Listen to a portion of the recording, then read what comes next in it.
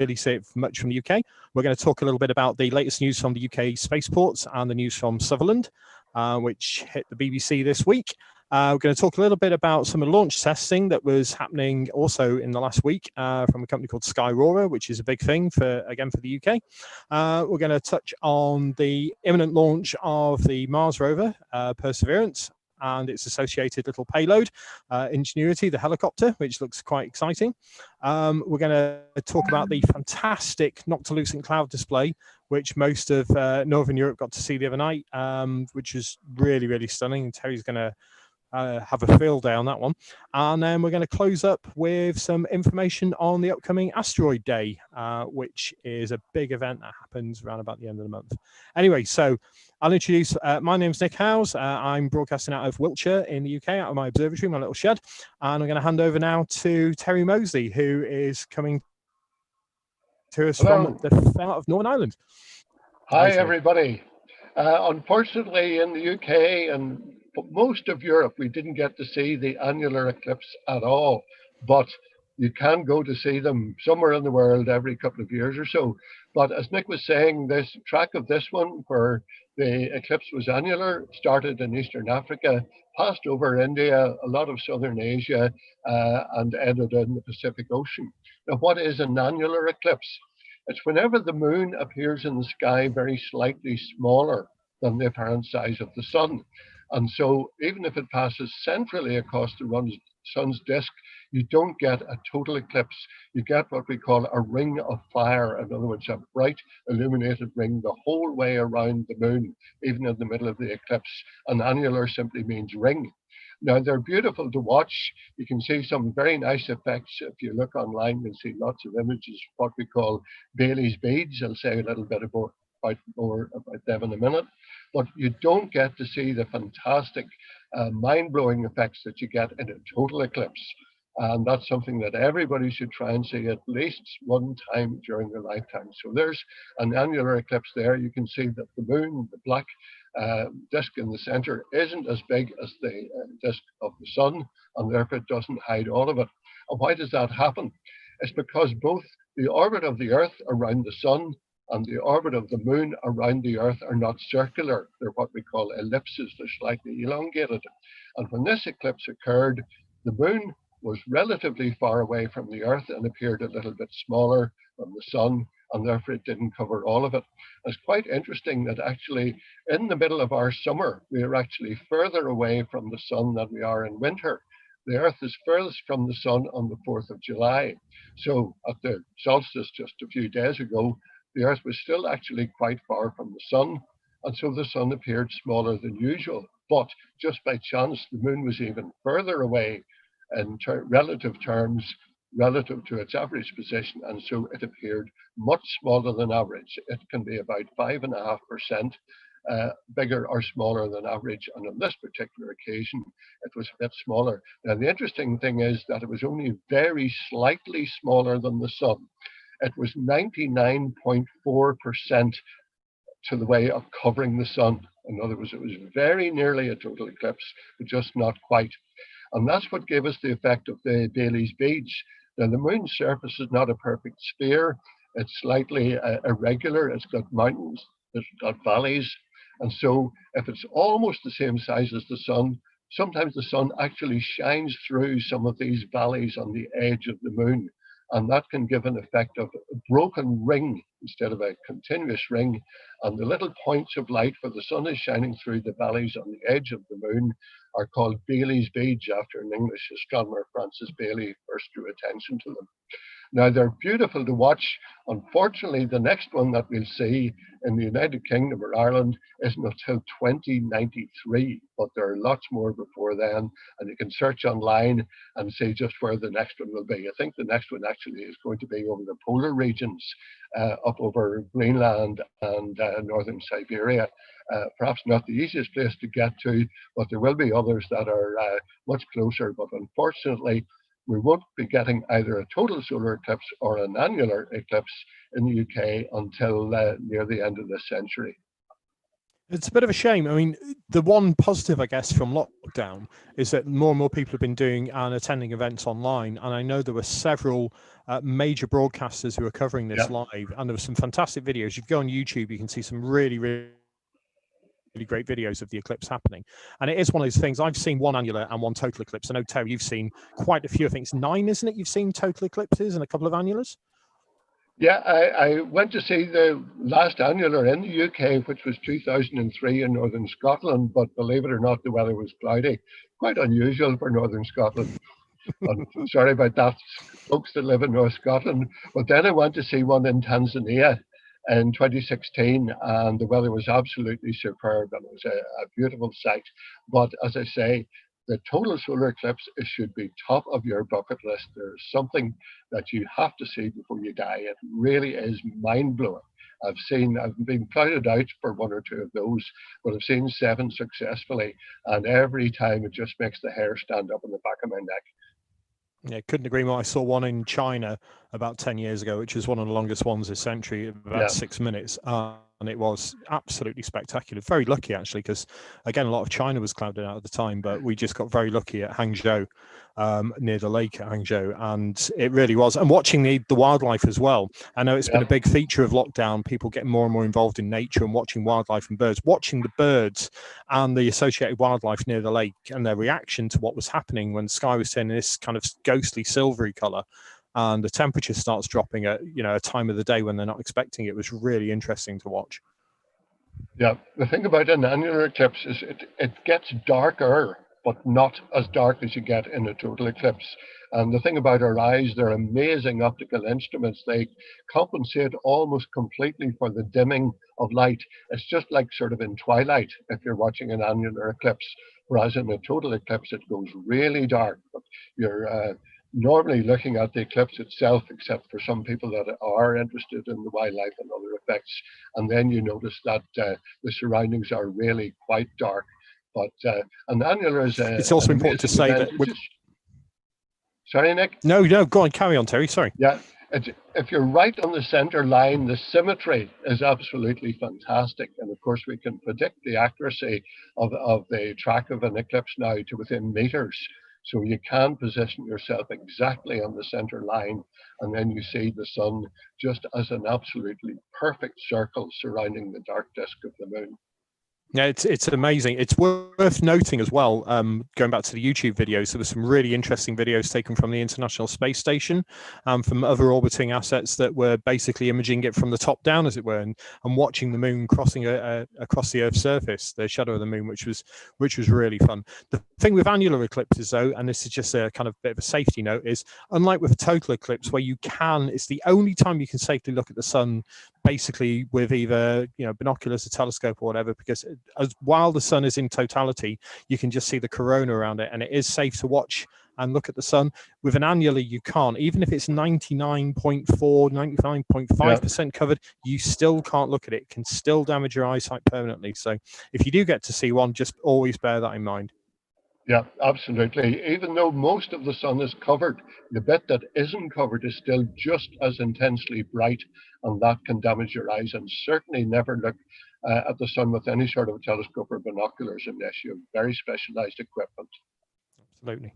So that was good. Moving on to a bit closer to home now. Interesting news came out via Jonathan Amos and the BBC this week, and it hit all of the kind of space news headlines that the Sutherland Spaceport had achieved planning approval.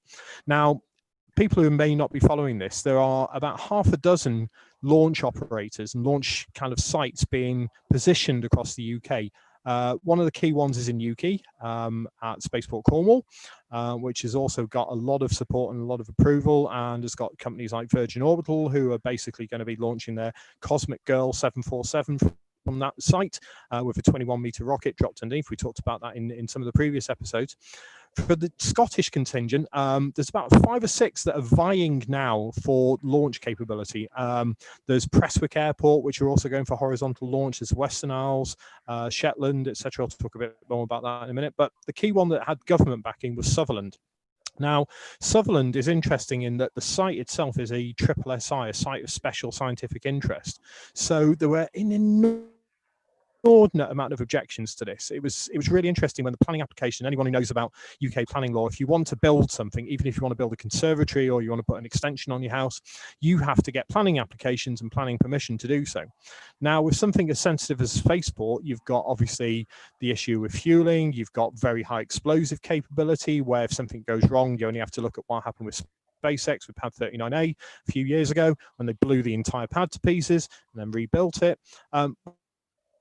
When you've got this in a site of special scientific interest, and it's also in a peat bog, and peat when it's dry is extremely combustible, you've got a potential for an issue here. And of the, I think it was over 500 responses to the planning application, 450, I believe, were objections to it, and yet it's still gone through. So it's an interesting one in that obviously it's clearly got government support. It's got, you know, lots of financial backing. I say lots, enough financial backing to make it happen.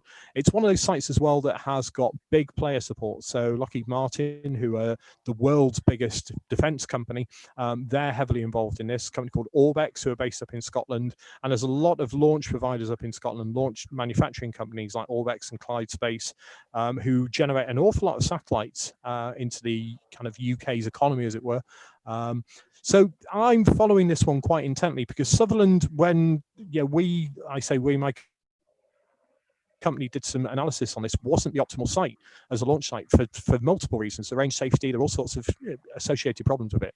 And Shetland seemed like a much better option in terms of clearing the oil fields and not having issues with the Faroe Isles and all sorts. So I think this one is going to be a really close and interesting thing to watch over the coming years. Obviously with COVID, things have been put on hold. You know, government was supposed to put all sorts of things out to tender and have regulatory discussions, because that's the other thing that's still pending now with UK launch. And one of the things that's slowing the launch in the UK down so much is the regulatory oversight.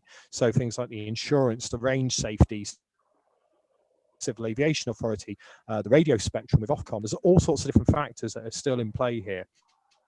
But it's, as I said, I found that really interesting. And if you look at the graphic that was shown on screen, it's very, very similar to what's happening already in New Zealand. New Zealand really got a jump start on everybody. Peter Beck and his team down at, on the south coast of New Zealand, they've been launching regularly now with approved DARPA, which is defense loads, and NASA loads, and they're doing a really great job. And it's also interesting, I was on a call this morning with the Anglo-Australian kind of space consortia, and how Australia is really moving ahead. The Australian Space Agency are the regulator, for example. So this is going to prove to be a very interesting race now as to who gets there. There's also Sweden, and some of the Scandinavian countries are vying for launch capability for Europe. And the Azores is also another. When this happens, watch this space, to pardon the pun.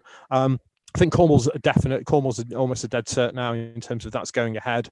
They're developing what's called the TGOS, the fueling system now for the Virgin Orbital system out of Cornwall. It's going to be fascinating to kind of watch this moving forward. I don't know if you've got any thoughts on it, Terry. Where would be your preferred location? Well, I've commented on this online before. In fact, one of the questions that I see popped up there from Peter is saying that he thought launch sites had to be as near the equator as possible. And that's true if you're putting a satellite or any sort of a launch into a low inclination orbit where you want to take advantage of the rotation of the Earth, which is almost 1,000 miles an hour at the equator. But these are going to be used mainly for launching satellites into polar or very high inclination orbits. And therefore, you don't need to be near the equator for that. Most satellites now that are used for Earth observation want to cover the whole Earth. And therefore, they're going in an orbit which is pretty near going over the North Pole. It must get quite congested up there, actually, where all the orbits come together. So you're talking the polar sun. Of about 80 degrees or more. I know they're different altitudes, but that's why you can have a spaceport up in Shetlands or northern Scotland. Well, that's again why New Zealand was so promising as well, because these polar and sun synchronous orbits, where essentially you're orbiting in a kind of circle or ellipse above them, and the Earth is rotating underneath you. So that gives you this ground coverage that Terry's intimating there. And it is really interesting that there is a huge demand for this. But if there's that much of a demand, this is the key thing now. If there are 6 sites, potentially 5 or 6 sites just in Scotland, that's almost as many launch sites as there are in the continental United States. So whether or not this is viable economically, again, is going to be something really to watch forward. Moving on to our kind of next and related topic, Skyrora. Now, these guys literally sprang out of nowhere, based in Edinburgh, and they've gone from very small operation to, I think they've got close to 70 staff now. They have got a lot going on at the moment. I mean, they've been doing a very interesting incremental kind of rocket development with Skylark Nano and all the way through to their Skylark XL and the Skyrora XL, which is going to be their big kind of rocket launch that they're proposing from the UK. They had the first successful launch test from Shetland of their Skylark Nano only in the last week. Went up to about 20 kilometers, proved a lot of the systems for them, proved a lot of the telemetry, which is how you get the data up and down and the tracking. It's a really good achievement for them. They're kind of, as I said, they're based in Edinburgh. They've got ties into the Ukraine as well. A lot of very experienced rocket designers based out of there. They've got some really good people at Skyrora. It's an interesting company again to follow. But I know that, again, some of the issues that they're facing in terms of where can we launch from, and can we launch in the UK, and are we going to get Civil Aviation Authority clearance, and are we going to get this? So it's an interesting proof of concept to show, yes, you can do it. And it'd be really good to follow them and see how they progress, and again, see how Orbex progress and Lockheed Martin and all these other companies with the vertical launches out of Scotland. But I thought that was a really great achievement from them. It's the first one in decades, really, in terms of a rocket launch. I mean, there's obviously missile launches, missile tests in the defense sector, but this was really good. Yeah, the only sort of doubts I have about a site like that is the weather. Now, for most of these satellites, the launch date isn't critical. In other words, if you want to launch on a particular date, but it's delayed because of the weather, it's not all that important, unlike some other launches where you're of a very narrow launch window. But even so, the weather up there, high winds and so on, I would imagine there'll be quite a few days when they would like to launch, but they simply can't. And that means that you're having all of your launch crew on standby. You have your rocket fuel. You maybe, I don't know whether there's cryogenic fuels, very cold fuels and so on. But I would imagine in that sort of latitude in the North Atlantic, there are going to be days when the weather is simply not suitable for launching, and that may add to the costs. Oh, absolutely. The high winds, I mean, this is one of the things that was discussed at length, the cadence or the timeliness of these launches. What Sutherland is saying is they're aiming for around about 12 per year, which is kind of similar to what's happening currently in New Zealand in terms of how often they're launching, maybe one a month. I would say definitely there are going to be issues. There's no doubt in that in terms of the weather. High winds, even if it looks relatively calm and sunny, you could be experiencing very high winds at high altitudes. I know one of the proposed systems is looking at helicopter-based recovery of one of the stages as it drops back down. Again, with high winds, that could be extremely risky. So a very interesting thing to watch, I think, in terms of moving forward for Scotland. But Scotland's doing some amazing things in the space sector. They really have got a burgeoning space economy, and you just got to wish them well, really. So Moving on. Oh, go on, Terry. The other obvious reason is that for any launch like that, safety is a primary concern. So you want to be launching over the sea, ideally. So that if anything goes wrong and you have to abort the launch and blow up the rocket, no bits are going to fall on any inhabited area. So that's why the north coast of Scotland or the Shetlands and so on are dealt from that point of view. That is true, but you do have the shipping, because you've got very, very busy shipping lanes in terms of fishing grounds, etc. Most ships above a certain size have what's called an AIS transponder on them, which kind of gives you their location and signal. But that's not true of all ships, and there will be an awful lot of boats in there. And as I said, the oil fields, obviously not as big a threat as it was in the 1970s at the peak of oil production in the North Sea, but there are oil fields. And then the Faroe Islands as well. You really don't want to be dumping anything on the Faroe Islands by accident. So China proof of concept with that quite recently, where they had a launch and parts of it fell directly into China. So things can go wrong. That's all we're saying, and hopefully it won't, and hopefully all the range safety side is going to be great, and just got to wish the Scottish space community well on this one. Moving on to our next topic. I know this is one that Terry's been following quite interestingly closely as well, and with a lot of interest. Perseverance. So we're coming very close now to the launch window for the Mars rover, for NASA's next Mars rover. Interesting thing with this is they're putting a helicopter on it, or a little quadcopter. This thing only weighs a couple of kilograms. It's about the size of a CubeSat, so it's about 5 inches kind of in size. Interestingly, they've obviously tested it, but Mars's atmosphere is so thin. This is going to be an amazing challenge. Anyone who's flown a drone will know how difficult it can be, or sometimes can be easy. But if you're flying a drone at like 30 to 50 million miles distance, and you've got those kind of time lags, this is going to be a real challenge, don't you think? Yeah, absolutely. The air is about the same density as you get about 5-6 times the height of Mount Everest in terms of Earth. Very, very thin. And the other thing is that you get dust storms and so on Mars. Now, they're not quite as bad as the ones that you saw in the film The Martian, and that they're not going to blow a rocket over. But I would imagine a very light, flimsy little thing like that, if it was in a dust storm, I wouldn't fancy its chances of survival. So they'll have to be able to put it into some sort of a safe mode if there's a dust storm approaching. But certainly it does give you not only the ability to cover much larger distances than the rovers do, but to get high up and get a nice perspective, fly over interesting areas. So I'm looking forward to it. Yeah, it's interesting as well, because it's the first of these kind of extraplanetary, or these kind of planetary kind of add-on missions. There's a proposal for Titan, for example, where they're looking at a thing called the Kraken submarine, which, you know, there's issues with that as well.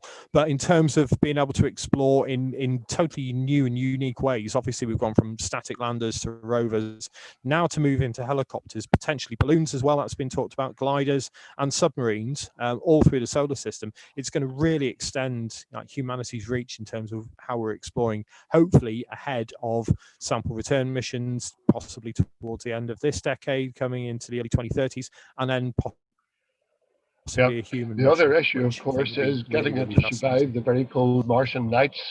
I'm not sure what the power source in this is going to be. Is it an RTG, or what's it going to be? I don't think it's an RTG. I think that basically, as far as I'm aware, there's some kind of return to base system on it. So I'm hoping, I haven't gone too much into what's happening with Ingenuity, but it's going to need charging up. Obviously, it's going to have probably have a finite lifespan. Though I would imagine the JPL engineers who've designed it will be more than happy just to see it fly maybe once, twice. Any more is a bonus. You only have to look at Spirit and Opportunity, 90-day initial lifespan, you know, going for best part of 10 years plus in one case. So I just hope again that this gives us some really interesting views on Mars and gives us some new data and science to pore over. So back to Earth, and again, a topic that I know I'm going to let Terry talk at length about this.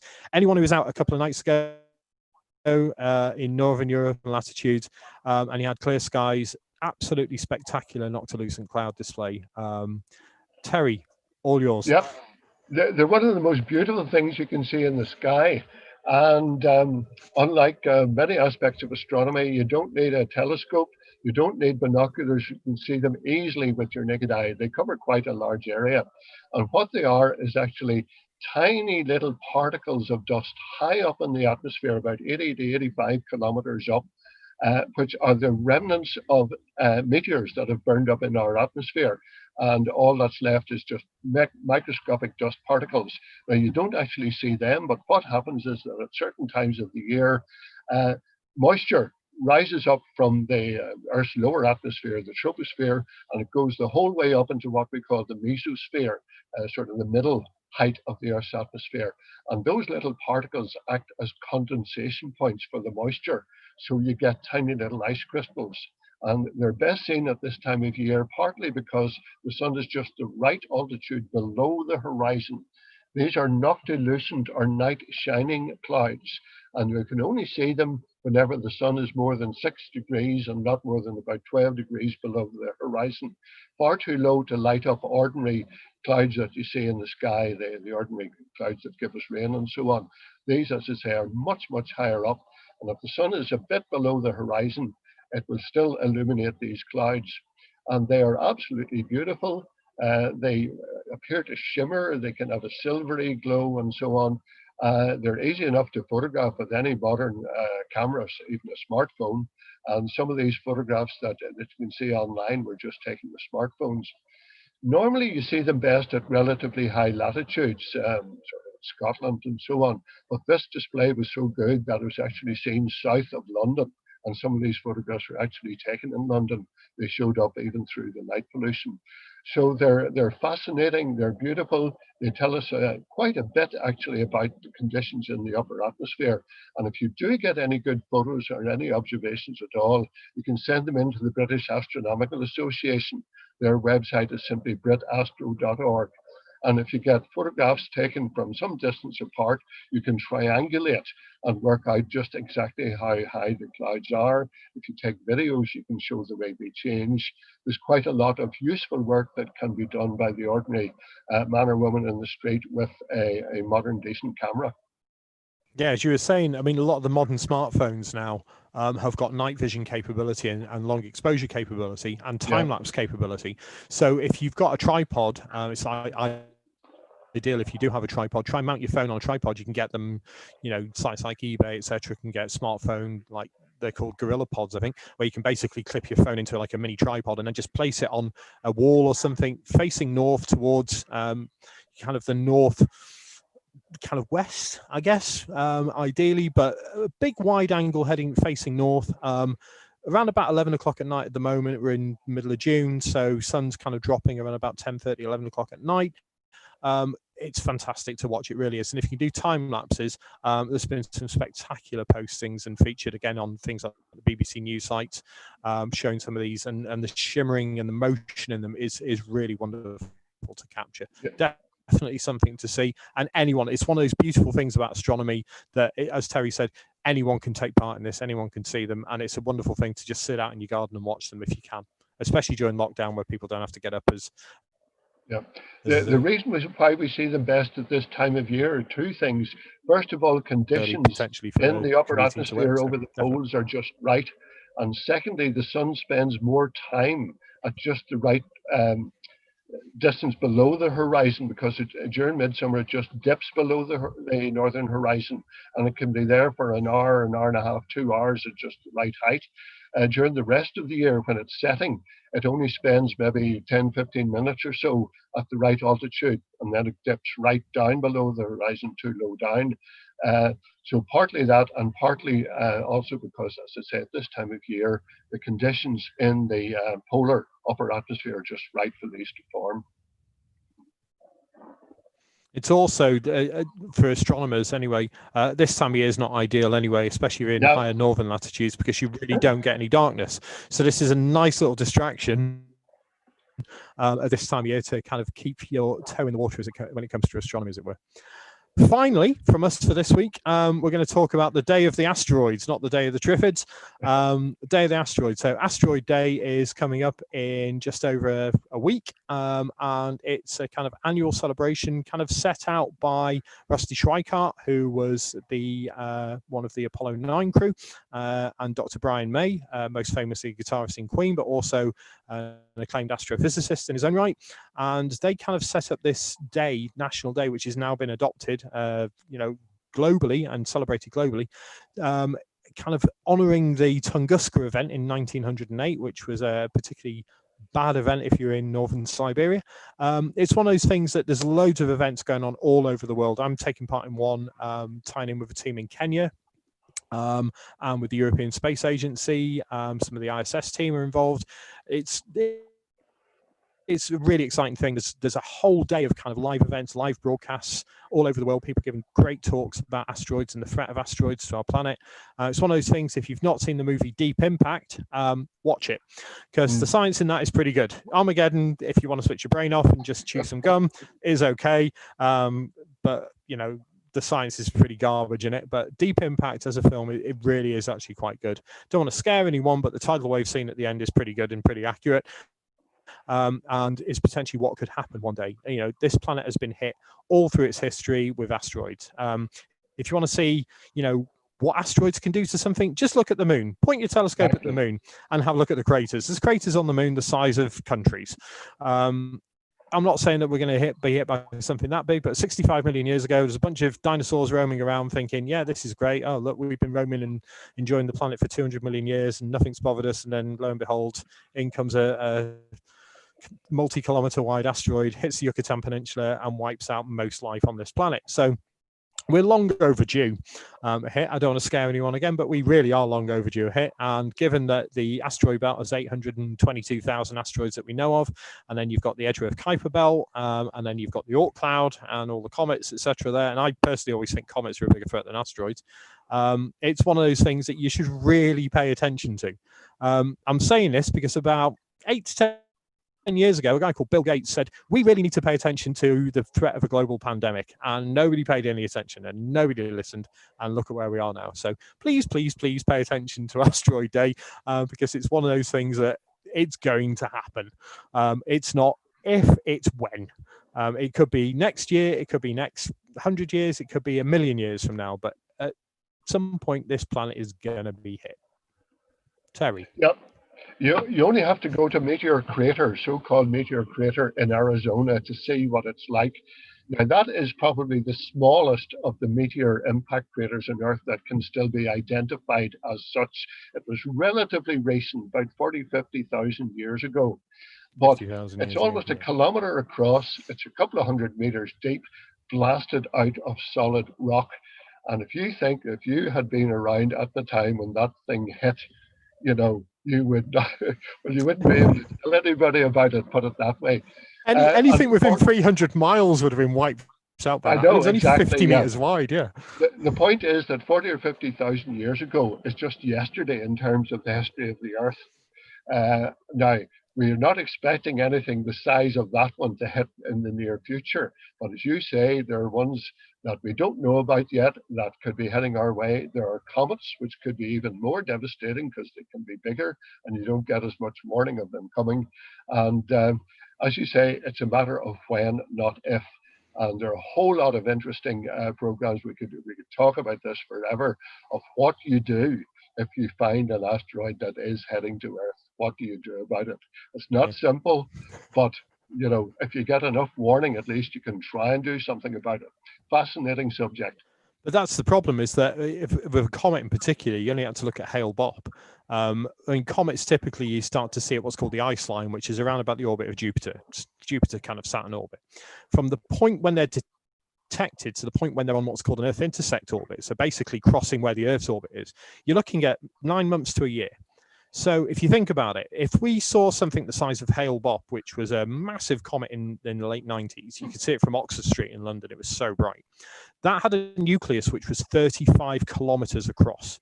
Now, if you've got something 35 kilometers across, hurtling towards the Earth at potentially 100,000 miles an hour, and you've got 9 months to deal with it, what are you going to do? So watch the movie Deep Impact if you want to see what happens when society breaks down.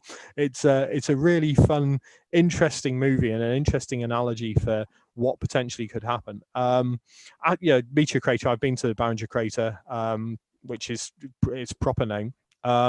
It's amazing. It really is amazing. As you said, that was carved out of solid rock in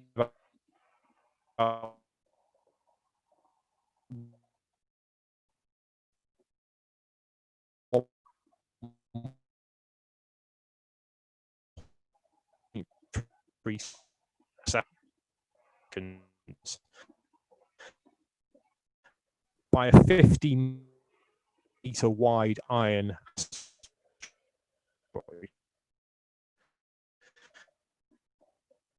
Now,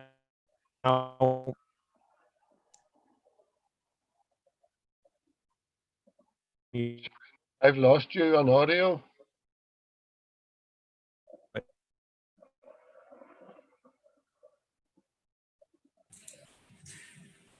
Hi guys, I think we've just lost Nick because of his internet. Oh, I think he's back.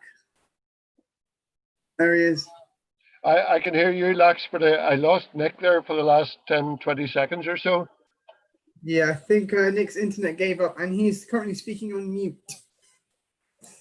Sorry, Shoemaker Levy 9. I don't know if you got that bit. Oh, yes, got you now. So, yeah, Shoemaker Levy 9. I'll just finish off with this. Big comet, basically got a little bit too close to Jupiter, got torn to pieces by Jupiter. 21 fragments of this comet slammed into the upper cloud deck of Jupiter, and the impact scars that it left behind were the size of our planet. So, and that was only a few decades ago.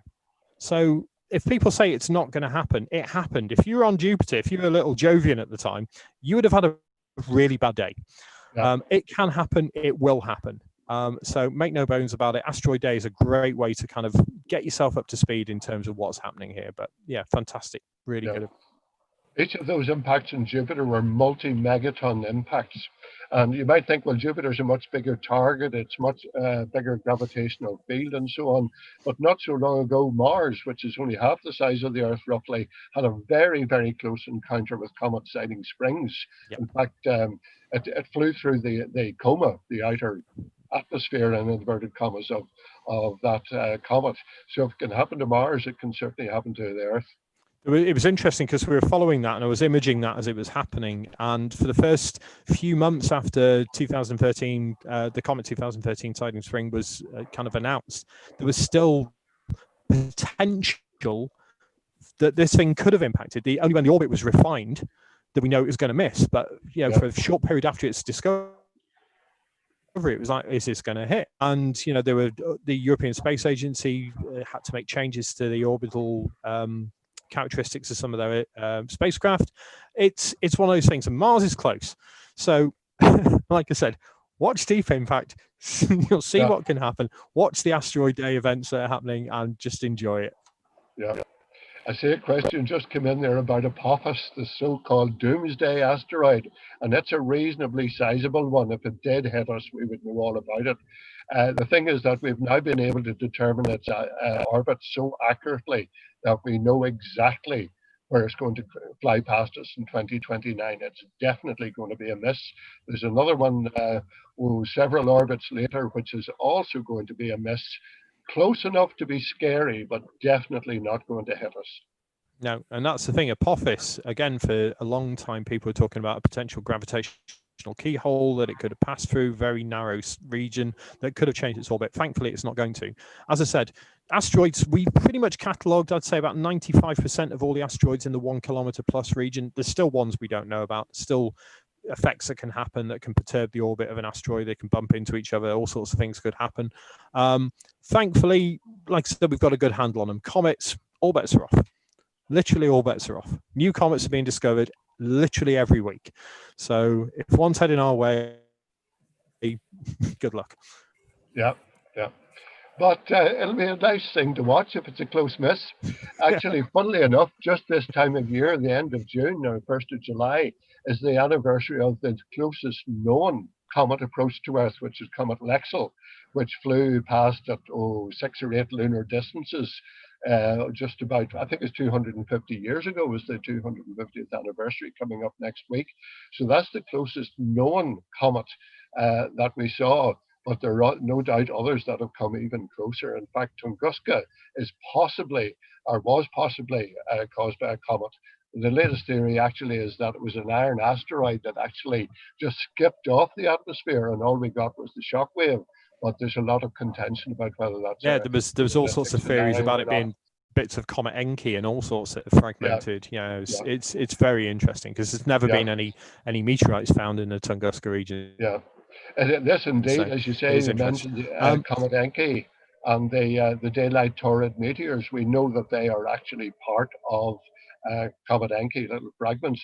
The thing is that we encounter them during daytime, so you can't see them, but you can detect them by radar and by radio pings and so on. So we know there's stuff out there. So far, nothing really big has hit us, with the exception of the one at Tunguska, but that's the one that we sort of very aware that I think the details is if it had landed just 5 hours earlier, it would have wiped out Leningrad, which is a pretty substantial sized city. Yeah, absolutely. And you say it's ones that we know of. I mean, obviously, if you go back into the Dark Ages, we don't know, what potentially could have grazed the Earth or I mean, we're being hit by hundreds of tons of debris and dust and meteorites a year. I mean, there's companies like my own company, Everlight Meteorites, that we do fantastic business out of meteorites, and it's a wonderful thing, and they are fascinating to study and examine and look at. And it gives us, I mean, we're talking about Mars and the Mars sample return missions and the Mars rovers. You know, there are already pieces of Mars on Earth that have been blasted off the surface of Mars by impacts that have drifted into the inner solar system and intersected Earth, and we've managed to find them. So it's one of those things. Please, I urge everyone who's watching, everyone who's listening, please tune into the Asteroid Day events, because they're going to be really fascinating. You're involved in something, Nick, but there's a whole variety of things happening on Asteroid Day.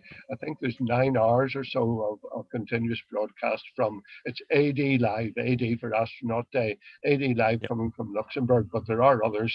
And if you simply search online, you'll find all sorts of interesting stuff.